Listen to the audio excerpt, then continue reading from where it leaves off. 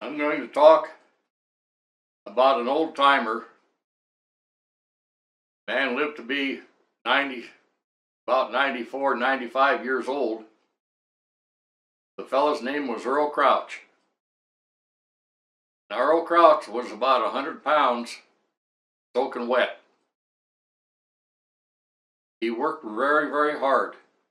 I don't know where he found the energy. A heavy smoker and a fairly heavy drinker. And he applied in the North Fork here where I lived for permit to build a tourist lodge in 1917.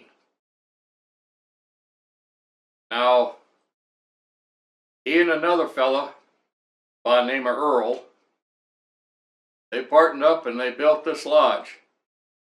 They had it for a number of years, and it was successful. And the other Earl had the lodge for a length of time. Earl went on prospecting the remote country here of Wyoming. He was prospecting mainly for gold, but other things. And he founded what became known as the Earl Crouch Gold Mine. Now, this was located 13 miles by horseback or afoot off the highway by a remote mountain trail.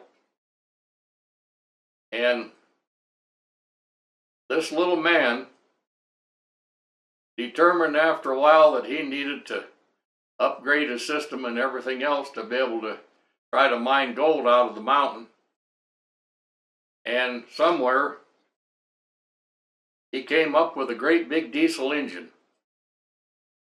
Now, this great big diesel engine was about 4 foot wide, every bit of 10 feet long, and about 5 or 6 foot high. Now, he dismantled this diesel engine in pieces so he could pack this huge piece of machinery into the remote country to be able to power his mining equipment with diesel fuel. He built a building around that diesel engine that gave him about 4 foot of room all the way around that diesel engine, protected from the weather, to be able to work on that diesel engine. Now, that's just the beginning of the story. Now, he needed to be able to get diesel fuel into that country to be able to power his diesel engine. So he came up with several great big workhorses. I don't know exactly the breed, but big, stout workhorses. And he built a special arrangement attached to pack saddle to be able to run a steel pipe from one pack saddle to the pack saddle on a horse ahead. And he put a sling between those two pipes like this, and from some kind of lift from where he was at the highway, he would drop a 55-gallon drum full of diesel fuel onto that sling between these two horses that were one in front of the other. And he rode or walked these animals all the way in there, and the evidence was there. At least 150 55-gallon drums were littered around his mine site. Earl was a friend of ours. And anyway, he spent a tremendous amount of time, a considerable amount of money. I think money from a woman that he was involved with, married to or whatever at some point in time, later separated. That's the dollars that kept this mine going. Now, he built a little cabin there and an outside john. It was maybe about a 16 by 20 foot cabin, fairly well built, fairly heavy winters in there. And he did spend some time in the winters there in the early years for income trapping marten. But he didn't spend all of his time there. He would come out of that country and leave it for the winter. And he stayed at a friend's place. He had a lodge about 3/4 of a mile west of the lodge that Earl and the other Earl had built many years before. And he and this fellow became friends. And he had permission from this fellow to use his lodge and have his cot right in the kitchen and live there during the winter, a place to live. And we would go up and we would visit Earl occasionally. He was a heavy smoker.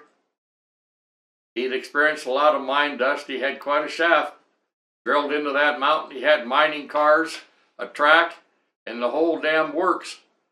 And when we'd go up early in the morning, and we'd normally probably wake Earl up in his cot, sleeping there in the kitchen nice and warm, and he'd raise up out of bed and he'd cough. He'd cough and cough up phlegm as long as I ever knew him, sometimes for a half hour or 45 minutes before he cleared himself. And almost as soon as he got come awake, he'd have to roll your own cigarette, and he'd start puffing on a damn cigarette. And this didn't help things at all. And my granddad got to know this guy during the war. The war was going on, and my granddad had bought the tourist resort that he had for years, the family had for years. And there was no business, there was no money, there was no way to make anything in the business because the war was on. And Earl says to my granddad, Earl, he said, "Why don't you come in the mountains with me up to my gold mine and spend a while?" And he said it will brighten up your outlook on your situation, and you'll have a good time. Well, that's exactly what he did. He went in there, and every day they had fried potatoes and fresh caught brook trout right out of the creek, right there within feet of the mine, and drank fresh water above where he was mining, because a lot of this stuff undoubtedly, had some contamination in the creek above there. And ate elk steak and fried potatoes, and brook trout and fried potatoes, and drank good hot coffee, and clear mountain stream water, And after a couple of weeks, my granddad decided that maybe I ought to come home and see what had become of my grandmother and my mother while he was in the mountains. And when they went in, Earl parked his little car. He had a little old Ford car. This was in the early 40s, so the car was a pretty old car. And when they got back to the trailhead, there was a corral there and everything for the horses. But there was quite a bit of traffic on the highway, and automatically they knew that the war was over. And they had to travel about 10 miles, back to the lodge that my granddad had. And it was just full of vehicles and many Japanese people, trying to travel in one thing or another because the war was over. And, this little man, Earl Crouch, I don't know, he had to spend 50 some odd years or something messing around up there with that mine, and I don't think that he ever found a thimble full of gold. There was a lot of gold, a lot of iron, fool's gold, iron pyrite. And I picked up many's a nugget of iron pyrite about the size of my thumbnail, around that. Those were the tailings around that site that he'd hauled out there on that car and went all through that stuff, you see. And he had ways to recover. I think he recovered a very tiny amount of gold over all this time, but he was a very, very secretive man. And your guess would be as good as mine if he found anything more than about a little thimble full of gold. I don't think, might have an ounce or so at the time, So anyway, this is one of the old timers that mustn't ever be forgotten. And all these things are long gone and abandoned in one thing or another. But this is part of history. This is part of history. This is part of the people that founded these things, the people that did these things. And a little guy like this is what he lived off of, this is what he did, and this is what he liked to do. He could have had a different and easier life, staying and working and running this lodge that he built, but he chose to sell that at a point and become a prospector and a gold miner. And that's the story of Earl Crouch. Where did all the Japanese come from? The Japanese came from an internment camp here, halfway between Cody and Powell, the Heart Mountain Japanese, internment camp. They just started moving when the war got out. They were in that concentration camp, and this is part of part of history. They've taken these structures, these buildings that were there, and rebuilt them and built others, and it's a visitor center from World War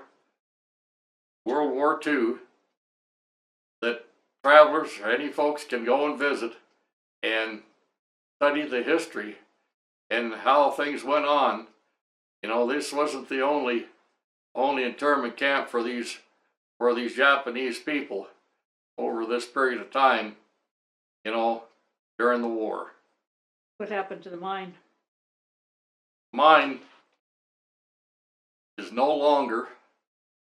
A fellow that I knew at one point in time, back in about the winter of 67, 68, he was here and he was visiting with me. And of course, I was 18 years old, and we got to talking about this mine and this cabin and everything.